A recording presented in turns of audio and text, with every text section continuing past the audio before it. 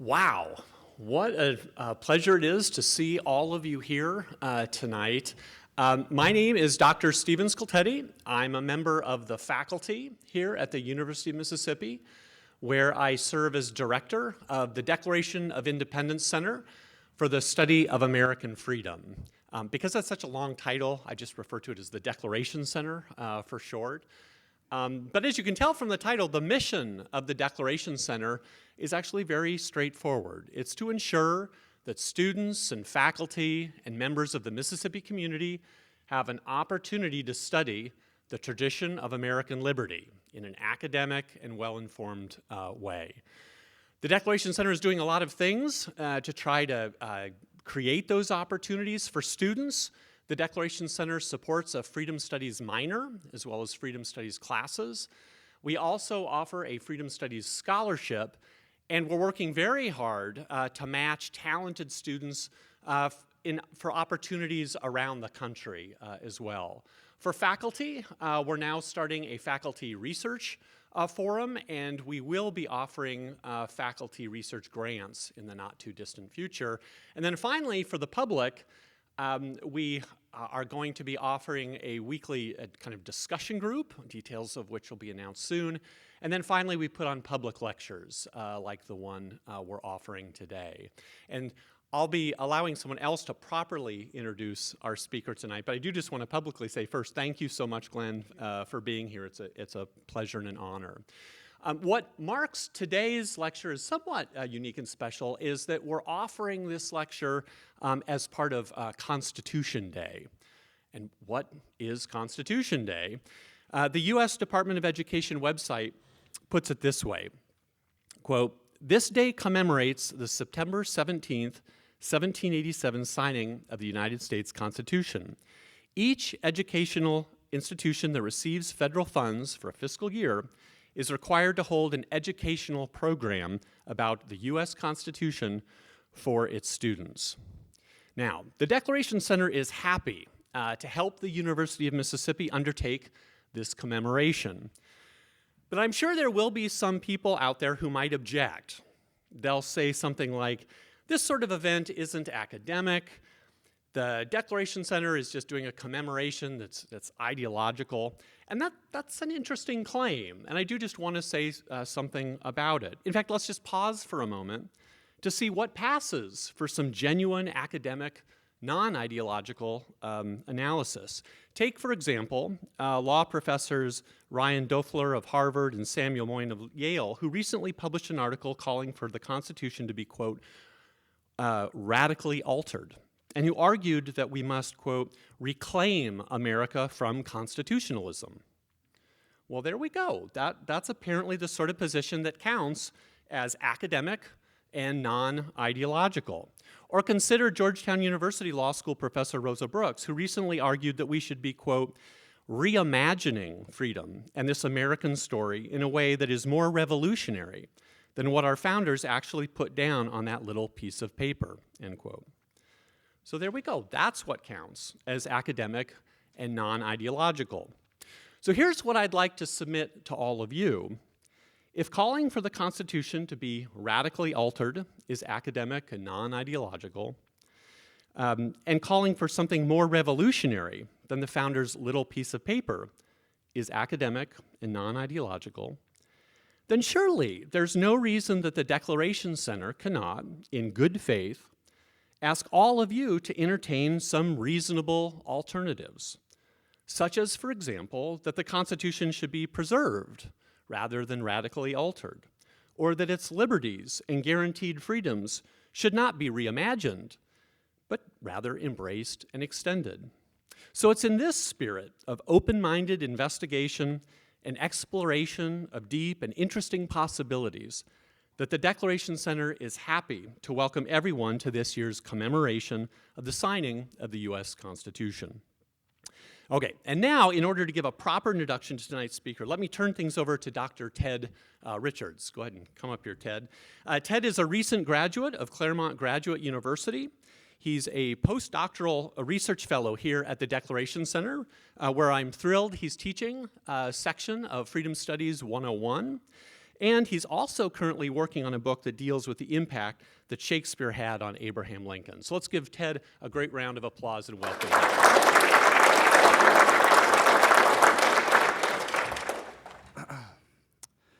It's my pleasure to introduce Glenn Ellmers today. He is the Claremont Institute's Salvatore Research Fellow in the American Founding and the author of The Narrow Passage, Plato, Foucault, and the Possibility of Political Philosophy, and The Soul of Politics, a work on Harry Jaffe's political thought.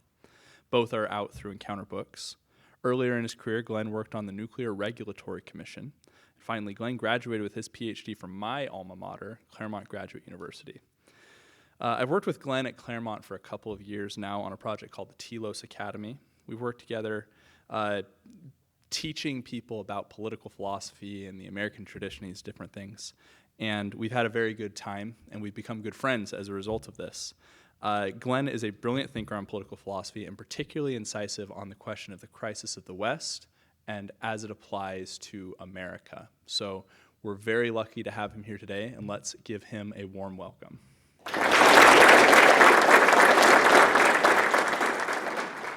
Thank you, Ted. Thank you, Stephen, for the invitation. I'm very pleased to be here to give you some remarks to commemorate Constitution Day. And I want to begin by sharing the sad news that the Constitution is in what I'm calling a parlous state. And parlous is a great Shakespearean word, an old-fashioned word that simply means a perilous or dire condition. As Donald Trump might say, the state of the Constitution is not good, it's bad. I don't think this is a surprise to any of you. The title of my remarks refers to three possibilities: conserve, recover, or refound. But before I get to that, I think, although many of us are familiar, if we've been paying attention to the news, just how deranged and alienated all the branches of government are from their constitutional duties, and even the relationship between the federal government and the states, I thought it might be worth going through some of that a little bit before I turn to what we might do about it, or at least outline very broadly some possibilities for how we might respond to this condition. I'll go in reverse order, starting with the Article 3 branch, which is the Supreme Court, and then work backwards through the executive and then up to the Article 1 branch, Congress, and just talk a little bit about, again, as you may know, how far the functioning of these institutions have departed from what Madison and the others wanted. So the judiciary, the Supreme Court, is described in the Federalist Papers as the least dangerous branch. It's supposed to have neither force nor will, and yet somehow it has become the institution in which all of our most contentious policy issues are adjudicated and decided, whether it's affirmative action or abortion or the limits, if there are any, on the administrative state, and so the Dobbs decision and the Chevron decision and so forth. That's not how things are supposed to be, as you may know. It's not supposed to be the Supreme Court's job to take the heat for all the difficult decisions that the elected officers don't want to take, and yet that's the condition we're in. There's a particular irony in deferring all these decisions to the Supreme Court in that the elected branches, people run for president, not entirely, but to a very large degree, on this question of who's going to have the authority to appoint the next Supreme Court justices, right? This is a big issue in presidential campaigns, and to some degree in Senate races. The Senate, of course, confirms the appointments. That's a very strange development. The very same people who keep insisting that the government needs to be more democratic, more populist, that we need to remove the various impediments that the founders put in place to refine the popular will, have now, in a way, gone back. The president and the Congress are now a kind of electoral college. The people elect them, and then they pick the Supreme Court, which makes all of our decisions for us. It's a very peculiar way of expressing popular sovereignty. The people pick the president and the Senate then picks the Supreme Court, and the Supreme Court governs us. That's not how it's supposed to work. The executive, the president, also has departed very far from what the founders wanted. I think it may have become clear to you from the introduction and from my remarks so far, I consider myself a person on the right. I don't really use the word conservative anymore. I wrote an article not long ago that got a lot of people on the left extremely agitated when I remarked that conservative isn't a useful word because there's really not that much left for us to conserve, and that our thinking should be more radical and indeed more revolutionary. And I use that word advisedly, and I'll come back to that a little later. So with those cards on the table, let me say, I think it's clear that in terms of the president, only presidents of one party are allowed to exercise control over the executive branch, and that is, of course, the Democrats, because the executive branch represents the interests of big government, of the bureaucratic state, of the administrative state, which aligns with the interests of the Democratic Party. And so while Democratic presidents can, to some degree, exercise their will over the branch of which they are the nominal heads, that's generally not true for Republican presidents. I think we saw this very clearly when Donald Trump was president. And in many ways, that goes all the way back to 50 years earlier with Richard Nixon. I think in many ways, Donald Trump is Act Two of a play that began with Richard Nixon and Watergate 50 years ago. And yet, notwithstanding this fact, the president remains in many ways the last vestige for the expression of the sovereignty of the American people. That is, the only mechanism by which the people themselves may express a constitutional majority. There have only been a few presidents who've done this in the last half century or so. Richard Nixon was one, and I think clearly did represent the expression of a constitutional majority in his reelection in 1972. And that was seen as a threat to the administrative state, and that election was then delegitimized, and Richard Nixon was delegitimized. Ronald Reagan, again, in a way, represented the expression of popular sovereignty of a constitutional majority. Also tried to fight back against the administrative state in some ways, but was really, for understandable reasons, consumed with winning the Cold War, and so couldn't focus very much on domestic politics. And then Donald Trump. And regardless of what you think about him, it's clear that the deep state or the administrative state or whatever you might want to call it worked very hard to delegitimize him because they regarded him as illegitimate. And so it remains to be seen. I mean, I don't think we've come to the end. We haven't come to Act 5 of this play yet. It remains to be seen how this is going to work out, although the fact that he just suffered a second assassination attempt is alarming, to say the least. Let me now just mention a little bit about Congress, the Article 1 branch, and what's going on there, and then I'll turn to the three alternatives that are outlined in the title of my presentation. Congress is the first branch mentioned in the Constitution, Article 1. It's supposed to be the principal entity in which governing takes place through legislation, and yet, I think as many of you know, the last thing Congress does is pass laws. It certainly doesn't pass laws in the sense that James Madison thought. What it does is pass gigantic omnibus bills with very broad grants of power to the administrative state, which is then tasked with. So Congress will say, in something like the Clean Air Act, clean the air.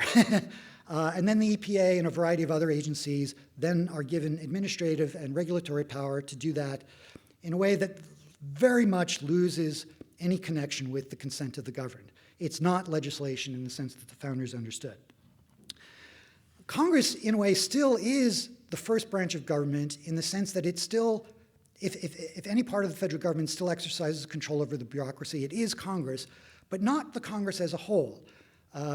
One professor that I had, his name is John Marini, he's probably one of the greatest living political scientists today, although most people have not heard of him, has been writing about the administrative state for a long time, and points out that it's really only the leadership usually of both parties, a kind of uniparty ruling class entity in both the House and the Senate of both parties that exercise any real control. And the run-of-the-mill congressmen, first, second, third term House members, really only exercise a kind of ombudsman function, constituent services. That is, they act as intermediaries between their constituents and the vast unaccountable bureaucracy. So whenever someone's missing their, VA benefits or something like that, they call their congressman and the congressman intercedes, but it's not really oversight in any meaningful sense, and it's certainly not legislation. Now, I alluded to the administrative state, and in many respects, that is the government. It's not either in Article 1, 2, or 3, but this largely independent bureaucracy, administrative state that we have is really what rules us. And that's not in any of the articles of the Constitution. We could get into an interesting conversation, maybe this will come up in the Q&A, about what legitimizes in its own eyes this bureaucratic administrative state, which is run by experts who believe that because of their expertise, because of their training in the elite universities, and there's a very close connection between the elite universities and the bureaucratic ruling class, because of kind of special education and expertise they have, believe that they don't need the consent of the people anymore. And this is, in a way, the most fundamental sense in which the functioning of the federal government has departed from the founders' intention and the intentions of the Constitution. In many ways, the consent of the people is all but evaporated, I would say, in any functional sense.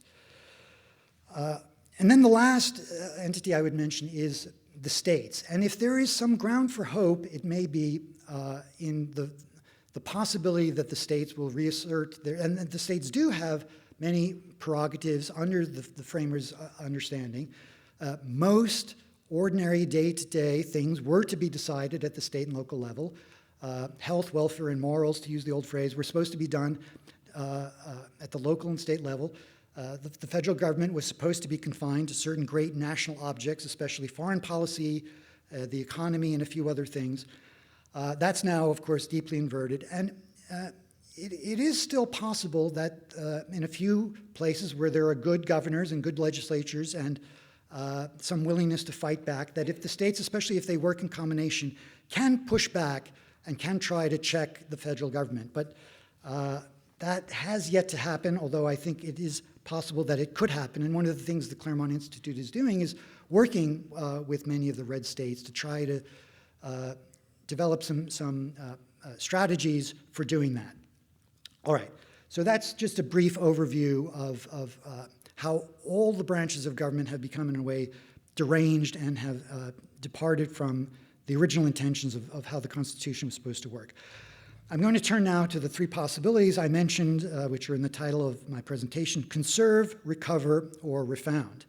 Now, alluding to Stephen's introduction of how Constitution Day is commemorated at other more enlightened schools, more enlightened than Ole Miss, where they openly talk about the obvious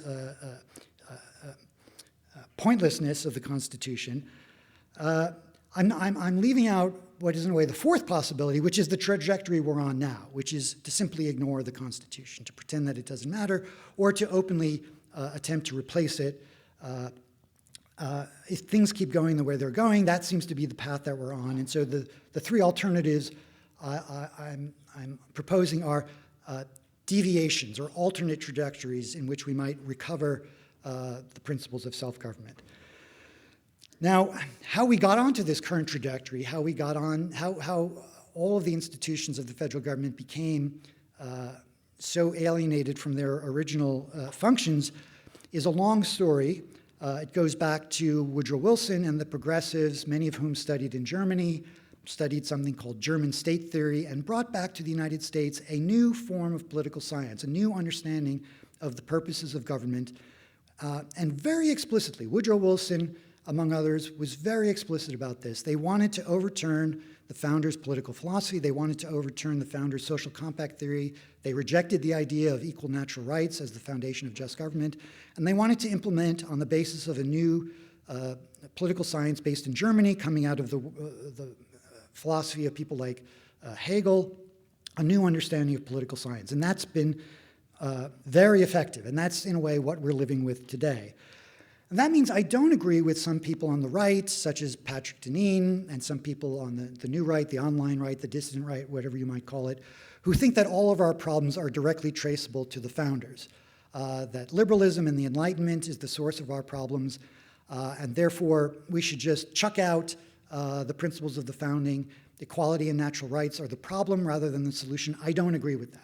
I think it betrays an ignorance of what the founders were trying to do, and I think it shows a lack of awareness of when we really went off the rails, so to speak. And again, that happened around the turn of the last century, 1900 or so, a little bit before and a little bit after, during the progressive era. And I think if we're going to recover anything like self-government in this country, it can only be by recovering the principles of the framers and not rejecting them. All right, so let me turn to some of the alternatives of how we might proceed. I mentioned a moment ago that I'm suggesting the somewhat paradoxical idea that the most conservative, in a certain sense, approach to preserving the founders' spirit and intention would mean being revolutionary, or maybe the accurate word would be counter-revolutionary. Now, some people not only resist this idea, they find it, you might almost say, metaphysically unthinkable. I don't know if this is a word any of you use here, but among my friends, we call these people normies. They want to pretend that everything is still normal and that we can preserve the status quo, and yes, things are not ideal. I'm talking about people on the right, or sort of more or less on the right, who think, yes, there are some problems, but let's not get too excited, let's not get too radical, let's preserve the status quo and remain within the system. And the somewhat derisive term some of my friends use to capture this idea is the slogan, vote harder. If we just vote harder, everything will be fine. I'm not persuaded by this approach. And in fact, this attitude reminds me a little bit of a psychological study, a very famous psychological study called the Kubler-Ross 5 Stages of Dying. And the first stage is denial. And I think the normies are in denial. And let me just quote a little bit from this psychological study. Denial is a common defense mechanism used to protect oneself from the hardship of considering an upsetting reality. Kubler-Ross noted that patients would often reject the reality of new information after the initial shock of receiving a terminal diagnosis. Patients may directly deny the diagnosis, attribute it to faulty tests or an unqualified physician, or simply avoid the topic in conversation. Do you know anyone like this who just doesn't want to talk about how bad things are? While persistent denial may be deleterious, a period of denial is quite normal in the context of terminal illness and could be important for processing difficult information. So I think we have a fair number of people, I'm not talking about the radical left, again, I'm leaving that aside, of moderate, well-intentioned, nice people who simply don't want to accept the condition that we're in. And so this can be a little exasperating. I think it's, to some degree, as my allusion to the psychological study indicates, it's not quite rational. It's a kind of psychological defense mechanism. And here I'll just get a little bit philosophical and a little bit academic on you and say, I think this also represents an ideological or philosophical or intellectual error, which is called historicism. And that's the idea that history leads in a specific direction, and we don't really have control over human affairs. Human affairs are, in a way, governed by the great tides of history which operate on their own. And I think there's a kind of historicism, you might call this historical relativism or progressivism, even among these people who are sort of on the right, in the sense that they can't accept the possibility that the American experiment could fail, right? They're psychologically wedded to the idea that things are still okay, things will still be fine, things will be, if we just vote harder, everything will be okay, because they can't bring themselves psychologically or philosophically to accept the idea that the American experiment is, well, I'm reluctant to say it, but is or may be on the way to failing. That is, in some sense, metaphysically unacceptable to them. So that's one possibility. That is, just carry on with the status quo, vote harder, and hope for the best. Now, there's more people, I think, on the right who take a somewhat more, let me say, responsible or perhaps radical position. That is, we do have to actively recover the Constitution, right? It's not sufficient to just accept the status quo. We do have serious problems. And so they're willing to acknowledge that much more effort needs to be undertaken to recover constitutional self-government, Republican government. And one thing that you're hearing more and more about these days is the possibility of a constitutional convention. Now here, we're still operating, this is clearly a more radical step than just voting. It's clearly acknowledging that there's a problem. The difficulty with a constitutional convention is who is going to be there? Who are the people who are going to offer some amendments, bring the various branches back to their original intentions, update the Constitution? And by the way, the Constitution was intended to be updated periodically. The amendment process, the Constitutional Convention process is built in. the framers understood that times would change, circumstances would change, and the Constitution would have to be adapted. And we haven't had an amendment in a very long time. And in part because the functioning of the federal government has become so deranged, no one even cares about amending the Constitution because no one in Washington pays any attention to the Constitution anyway, so why would you amend it? But those of us who do care about it, there's a lot of talk now about having a constitutional convention. The difficulty there is who would be sent to this, who would undertake this, and then what about the possibility of what political scientists call a runaway convention? That is, once you open the door to this, you don't really know what's going to happen, right? It could go sideways in all sorts of ways. It could institutionalize all the derangements that we're currently seeing, right? It might open the door to giving the left all the things they wanted about eliminating the Electoral College and packing the Supreme Court. So there's real dangers in that. The deeper problem is, in a way, it doesn't represent what I think is the necessary urgency. It seems to me that, and here, this is in a way a central theme of my remarks, time is not on our side. This is my main response to the people who think that we can still operate within the system, more or less, and fix things without getting too radical. And my argument is we are, in some ways, frogs being boiled. And the longer we wait, the more we're going to be boiled. And so foot dragging is just making things worse. And that is because the longer this persists, the more the status quo becomes institutionalized and becomes legitimate. I often get into some disputes with friends of mine on the right about traditionalism versus what is called in the Claremont Institute a sort of natural rights approach, natural rights understanding of conservatism. And the problem with relying only on tradition is that the older, healthier traditions are largely gone. And 100 years of Supreme Court jurisprudence is now our tradition. 100 years of progressive control of education is now our tradition. 100 years of the administrative state is now our tradition. And so appealing to tradition is not quite adequate to meet the needs that we have today. And I think the longer we delay, the more the current arrangement becomes solidified and the more it gains the legitimacy of people who've simply grown to accept it. And let me just quote rather quickly from 3 historical sources which I think make this point well. In 1805, a very prominent, well-known within the scholarship, although you may not have heard of her, author named Mercy Otis Warren wrote something called The History of the Rise, Progress, and Termination of the American Revolution. It was one of the first really good histories of what happened in the American Revolution.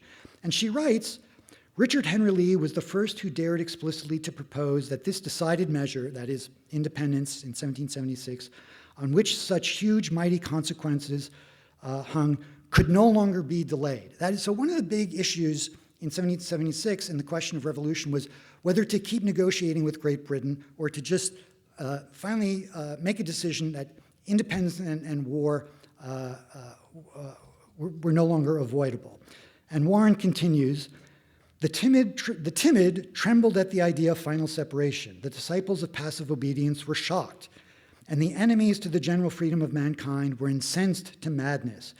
But the majority saw that this step was necessary to their political salvation. The great virtue of the Declaration of Independence was that a clear and definite break put everything on a new and more respectable footing. Americans were a distinct people who claimed the rights, the usage, the faith, and the respect of nations. That is, they understood that there was danger in delay, and so decisive action was necessary. Let me quote two other sources on this theme. If any of you have read the Lyceum Address by Lincoln, it's a wonderful meditation on the importance of law and obedience to law, but Lincoln's insistence on obeying the law is not unqualified. He remarks that the law should be obeyed, but, quote, when I so pressingly urge a strict observance of all the laws, it is if they are not too intolerable to be borne with. What the implication there is, if things are intolerable, they should not be borne, right? This is the same lesson that the founders understood when they finally decided that revolution and separation could no longer be avoided. And last quote is from Federalist 49, which was written by James Madison, and it remarks, and this goes back to the earlier point I was making about new traditions being formed. Madison notes that he remarks on the veneration which time bestows on everything, and without which perhaps the wisest and freest governments would not possess the requisite stability. If it be true that all governments rest on opinion, it is no less true that the strength of opinion in each individual and its practical influence on his conduct depend much on the number which he supposes to have entertained the same opinion. That is, most people go along with the crowd, is what he's saying here. The reason of man, like man himself, is timid and cautious when left alone, and acquires firmness and confidence in proportion to the number with which it is associated. My general point here is the longer the American people put up with the status quo, the easier it will be for them to bear, the more familiar it will seem, and the harder it will be to rouse them to resist. Bad government, and not only good government, but also bad government, wants to promote the veneration that comes from long and established practice, right? So the administrative state is legitimate in the eyes of many people because it's been around for a long time, right? And so the difficulty with the recover option is that, in a way, I fear that it may be too slow, that it does not recognize the urgency of decisive action. And so I would suggest that it helps us to clarify our situation if we ask, or put our dilemma in terms of an either-or question. Is time on our side? And my own answer is that it is not. If you think we can afford to wait for the great heartland uprising, for the perfect statesman, for the hope that this time the left has gone too far, how often have we heard that? There's finally going to be a reaction, right? If you doubt all that, then you would agree with me that time is not on our side.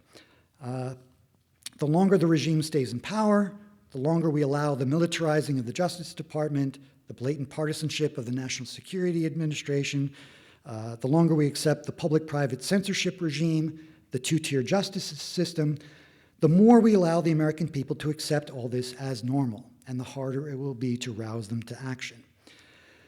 That then brings me to the third possibility, which is refound. That is revolution, and by revolution, let me be perfectly clear here, I mean revolution in spirit, I mean revolution as an intellectual attitude.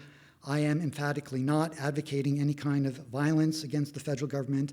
I certainly don't want to wind up in jail with the January 6th prisoners, and so who's ever eavesdropping on us, whatever government agency is listening to this, I want to be perfectly clear that I do not in any way advocate any kind of violent action by myself or any of you. I mean revolutionary in our attitude, in the sense of being radical. If any of you know anything about Latin, the word radical, it comes from the word root, right? And so to be radical means to go to the roots, and I think we need to go to the roots of our problem. But to be radical presents us with its own difficulties, and I'm not going to say very much about the particulars of this, partly because it's incautious to be too blatant about this, and also because it's very unclear. I certainly don't have a 10-step plan for what we should do. Even if we do think in intellectually or philosophically revolutionary ways, no one exactly knows what to do. It took us 100 years to get to this situation, and it's going to take a while to fix the problem. And I certainly don't have any concrete steps. I'm more proposing a frame of mind, a disposition, and attitude towards our problem. But there's also another difficulty, and this is one of the great difficulties of the second option I mentioned, the recover option, and that is it presumes that an institutional solution is sufficient. That is, if we can have a constitutional convention, if we can fix the institutions, if we can get everything back on the right track, that's all we need. And I don't think that's enough of an answer.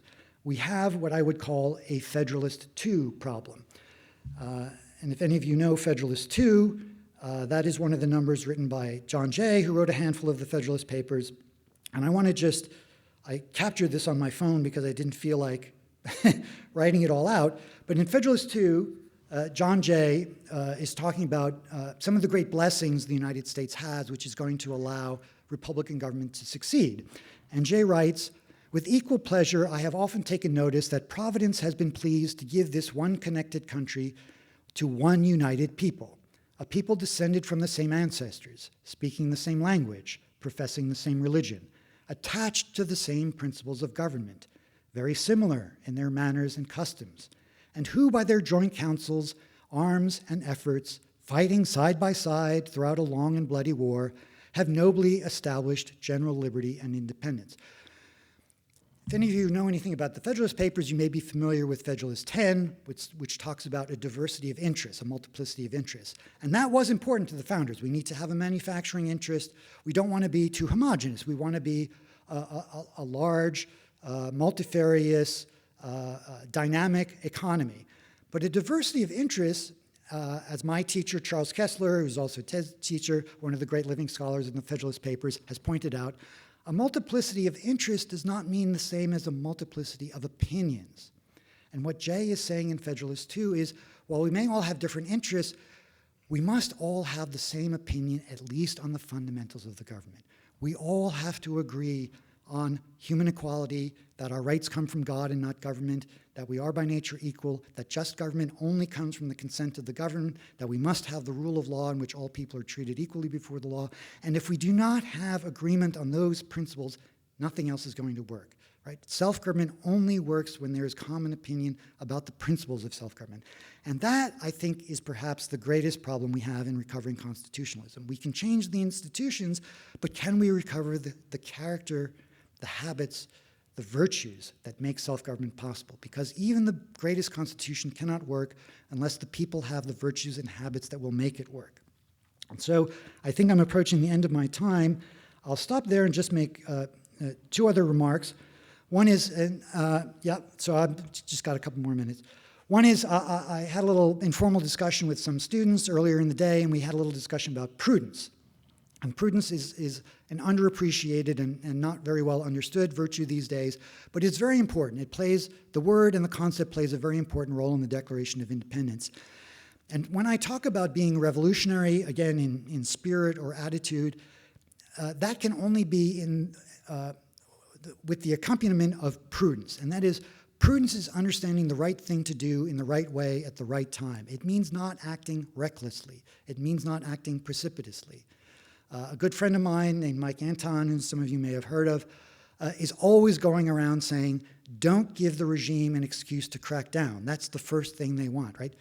So what I'm emphasizing here is a frame of mind for thinking about our problems, but not to engage in something reckless and stupid that will simply give the ruling class exactly what they want.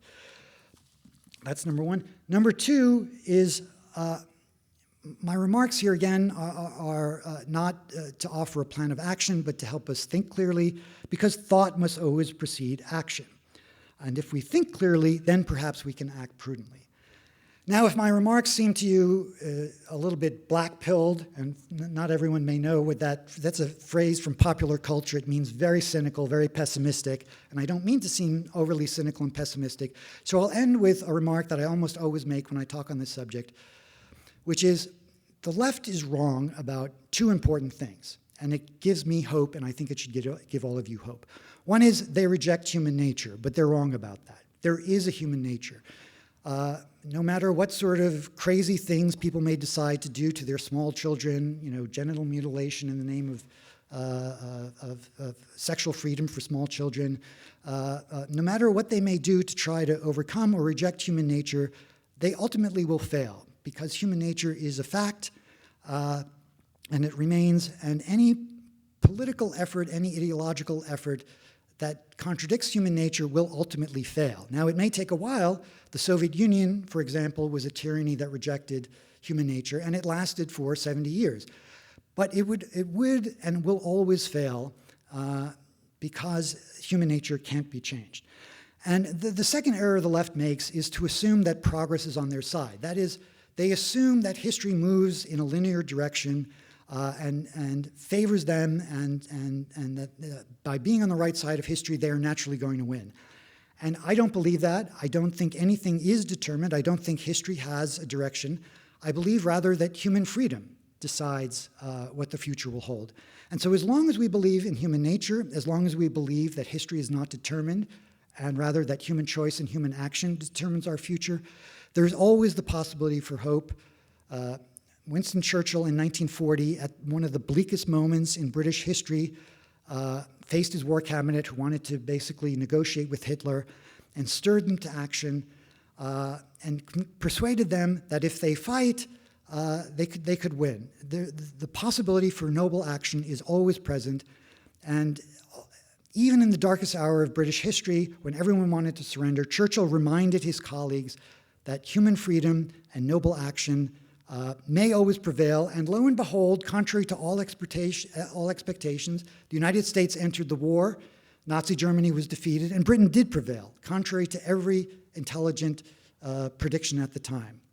And so my own view is human nature remains, and the possibility of human freedom remains, and so the possibility of self-government remains. Thank you.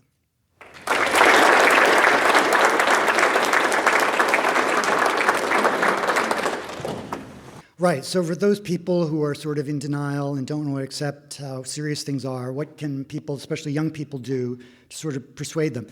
Yeah, that's a very good question. I'm not exactly sure. I mean, there's a weird kind of mass psychosis or mass hypnosis, which seems to affect a very large number of people who simply are in, on the left, who are in denial because they're in favor of this ideological warfare against human nature, but also just a lot of people in the middle who just can't bring themselves to accept it. And I guess,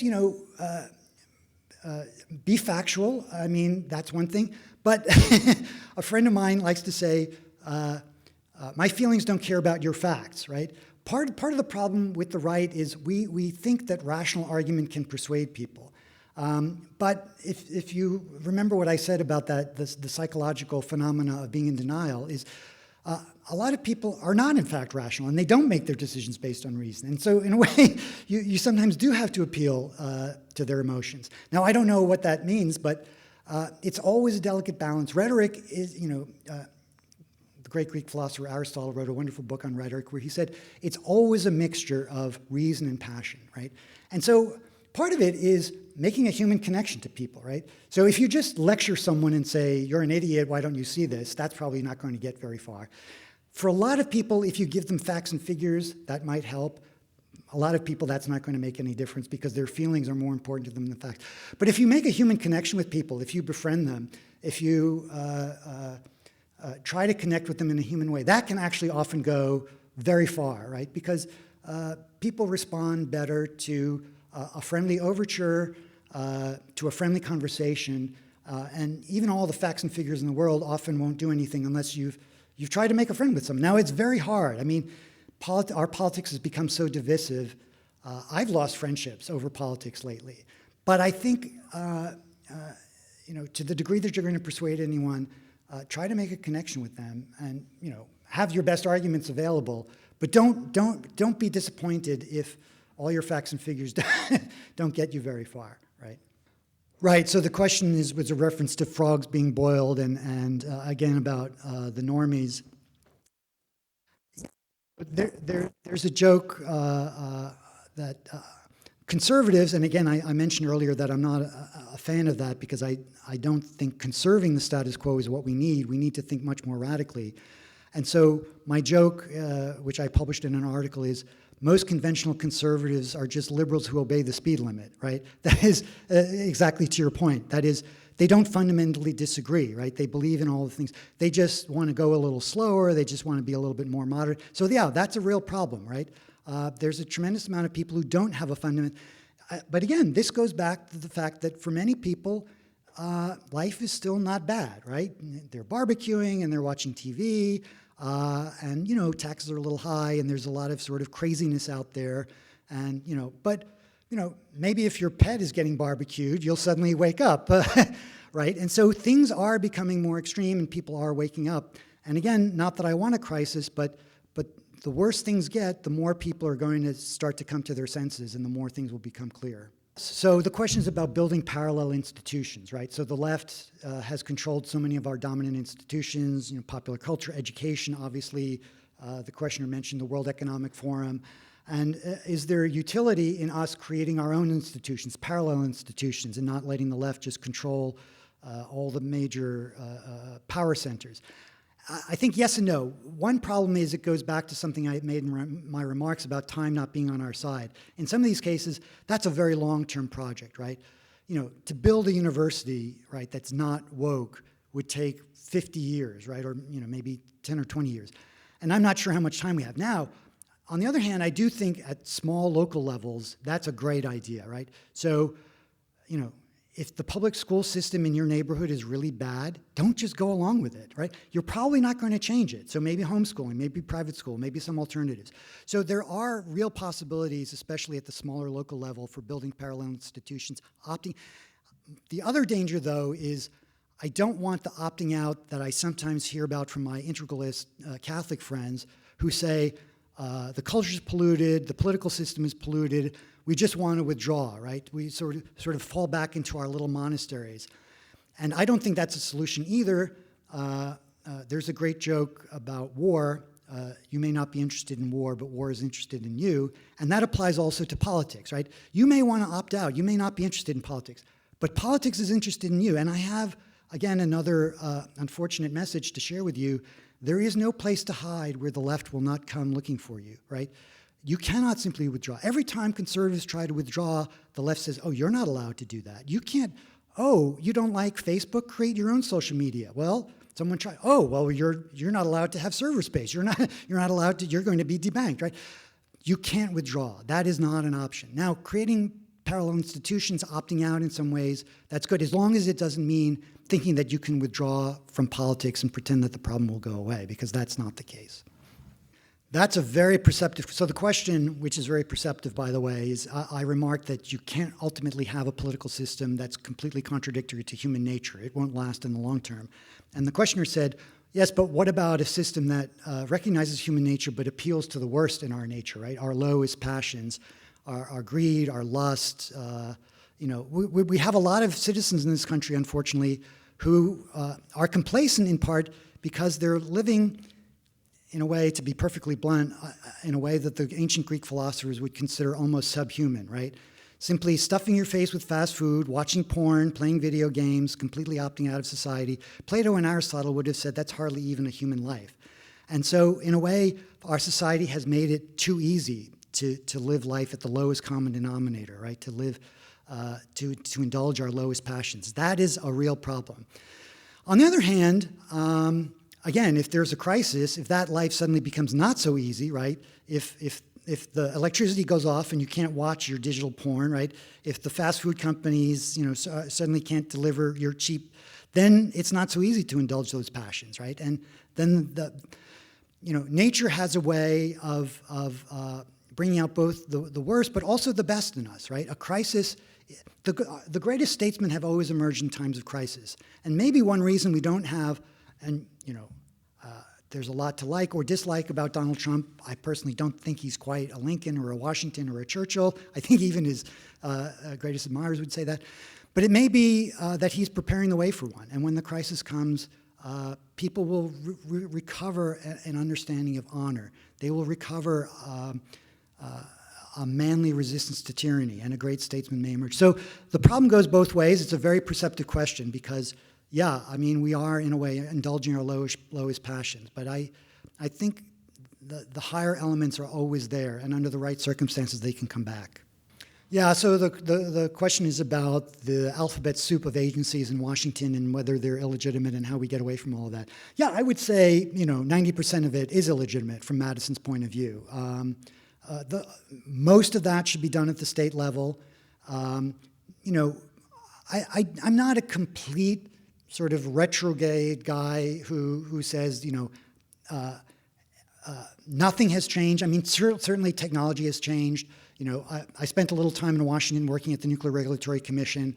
James Madison didn't know anything about nuclear power plants. I can see an argument that you might want those to have consistent regulations at the federal level. There's other things, air pollution in Texas might affect Louisiana. There are some instances where I think a perfectly reasonable argument can be made. But 80, 90% of what goes on in Washington really shouldn't be done at all or should be done at the states. Now, how you do that is a much, much bigger question. During Trump's term, there was an effort to get the civil service under control with something called Schedule F, because right now, as you may know, I didn't mention this, I mean, one of the weird things is that the chief executive doesn't have any power over the executive branch because he can't fire anyone. That's a crazy situation, right? And so there's this plan to introduce a new employment category called Schedule F. But yeah, I mean, just as a general rule, most of that alphabet soup really is illegitimate and really doesn't have any proper justification from the founder's point of view. Right, so the question is about inspiration, and so many people have even forgotten what self-government looks like, and why should it even be desirable, right?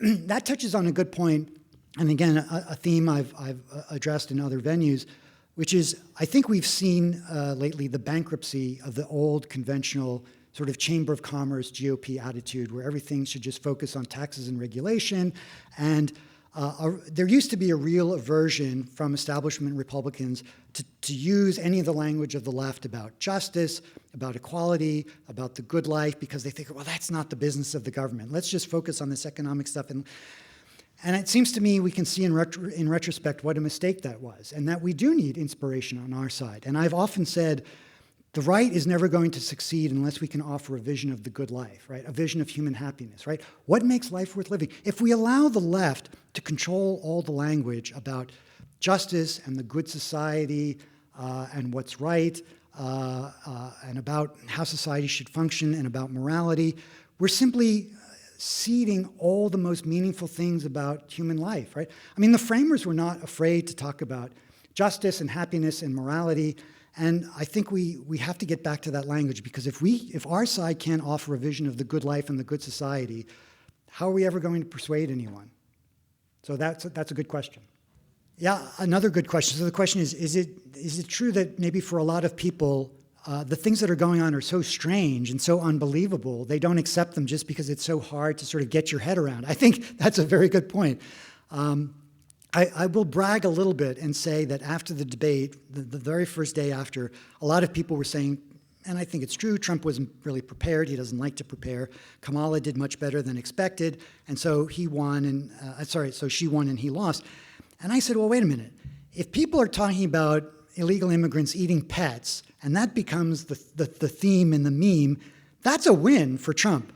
And I called that pretty much right away. And the next day, it's all over the place. And Elon posted this interview about a young woman from Haiti who talked about how voodoo and animal sacrifice really are practiced in Haiti. And it became a thing. And it seems to me, yeah, I mean, one of the things he does, again, for better or worse, is, I said this a moment ago, he's really waking people up. And I think a lot, if you're very online on the right, you knew all about the pets thing in Ohio, right? But not everyone is that online, right? And I think until Trump mentioned it and it suddenly everyone was talking about it, a lot of people didn't know about it. And so, yes, a lot of what's going on is unbelievable. A lot of people say, wait a minute, you want a 5-year-old to make the decision to alter his or her sexuality and have surgery? I mean, is that really? And a lot of people say, no, that can't be. There aren't really people saying that. And so it's just hard. And so the same thing with people are having, their pets stolen and barbecued. No. And so just getting it out there and telling people, yeah, this is really happening is a big part of the battle. So yeah, that's a good point. Well, so the question was, since people almost never give up power voluntarily, am I being disingenuous when I say I'm not advocating violence? Let me reiterate, I am not advocating violence. Yes, you're right. People generally don't give up power voluntarily, although they did in America for a very long time. One of my teachers, Harry Jaffa, who's a great Lincoln scholar, pointed out that the very, very difficult and contested election in 1800, so after everyone agreed with George Washington, then John Adams becomes president. The first really contested election was in 1800 between Adams and Jefferson, and it was very contentious. And it wasn't clear that the country was going to survive. And this was the first time in history, when it did work, that one ruling party voluntarily gave up power to its opponents, and those opponents did not engage in recrimination. No one was sent to jail. And that amazingly worked in this country for a long time. The Democrats and the Republicans would voluntarily relinquish power to each other. Now, we're slipping away from that, right? I think we're seeing the criminalization of political opposition, right? But I don't know how far along we are on that. And I think, some of my friends say Trump has to win too big to steal. That's the phrase they're using. If he wins by a lot, and if it becomes too awkward to steal too many votes, I don't think we've reached the point where the ruling class will, try to turn the army on the American people. I don't think we've reached that point yet. So I still maintain that there can be a peaceful transition of power, that we can still do this, but it's got to, we can't underappreciate how radical we're going to have to be to fix the problem. But I don't think we've reached the point yet that you're suggesting. No. So the question was, should the University of Mississippi close? My answer is, I don't think so. But that's not up to me. No, I mean, the larger question is, how radical do we have to be on an individual level, right, to adjust? The whole point of my presentation was that we've generally underestimated how bad things are and that we have to be more radical. But now you're sort of outdoing me by being even more radical than me. I still think that there is still hope. We can still get this monster back in a cage without descending into civil war. So I'm maybe even a little bit more hopeful than you are, which kind of surprises me. Yeah, so good. So the question is about the pivot in the Republican Party away from the old sort of Chamber of Commerce, taxes and regulation, towards Trumpian populism, and then the role of J.D. Vance. So personally, I've been impressed with Vance. I think he's a good guy to carry on the banner. Trump has weird political gifts that are hard to understand. I mean, he's a fascinating figure from the point of view of political science. Vance is, impressive in a much more ordinary way. He's very articulate. He if you've seen any of the interviews he's doing, he pushes back very forcefully. He knows his facts and figures. He's a very good politician in the more traditional sense, right? Whereas Trump is a kind of phenomenon of nature.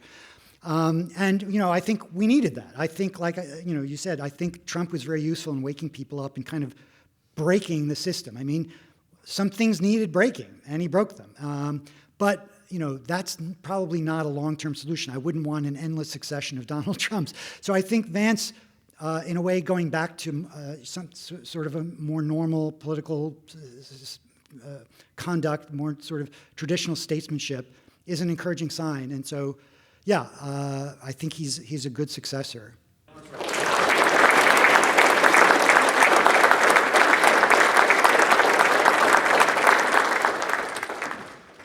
I will just say, if you enjoyed this event, I hope you all will take a moment just to go to the Declaration of Independence website. We're at www.independence.olemiss.edu. Or if you want to be on our email list and hear about future events, you can just send an email to freedom@olemiss.edu, and we'll be happy to add you to the list. So again, thank you for being here, and look for more events in the future. Thank you.